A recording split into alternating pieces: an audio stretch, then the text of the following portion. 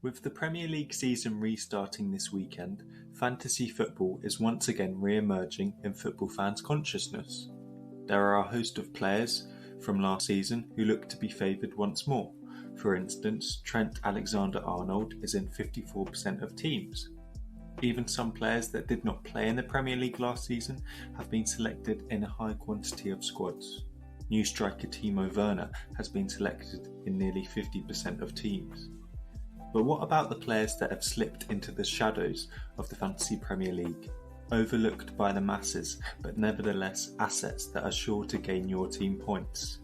Here we will pick out 5 players who could be your differential picks going into the new season. Specifically, we've picked players with a squad selection of no higher than 2%. Leeds conceded just 35 goals as they finally gained promotion back to the Premier League last season.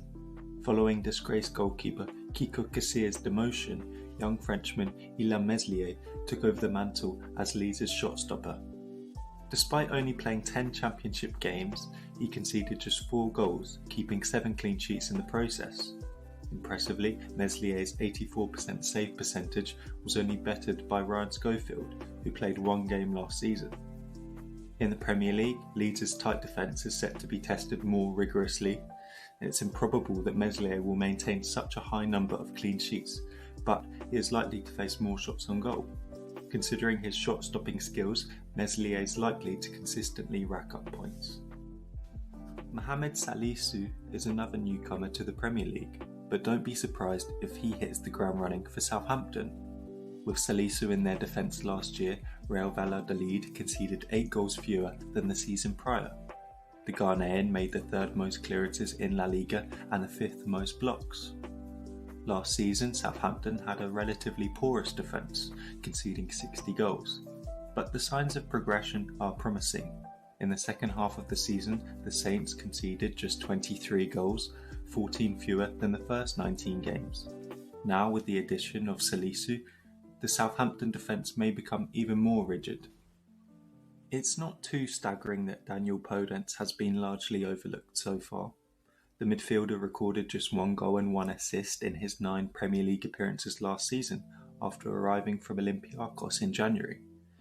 That being said, Podence recorded 2 assists in the 4 Europa League games he played as he began to cement himself in Nuno Espirito Santos' plans.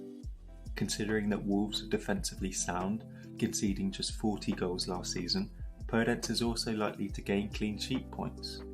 At the very least, he represents a great bench option. Mark Noble's public outcry at the West Ham board for letting Grady Diangana go to West Brom should indicate the quality of the player. In 30 championship appearances last season, the winger scored 8 goals and assisted a further 7. Next season, West Brom's attacking onus will be on both Mateus Pereira and Diangana. Although it's unlikely he will match his goal involvement from the championship, the low ownership doesn't do justice to the impact that Diangana is likely to have on West Brom in the Premier League.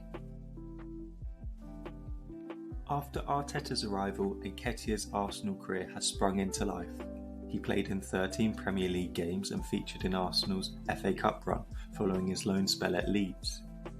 Despite only scoring 4 times in all competitions, Nketiah is likely to feature heavily in Arteta's attacking plans once again, dovetailing in the centre-forward position with Alexandre Lacazette. When forwards like Mitrovic and Ayew are in the same price bracket as Nketiah, many players have opted for the strikers who are likely to play more. But considering the low ownership of Nketiah and the attacking talent around him, he should at the very least provide you with a brilliant backup option.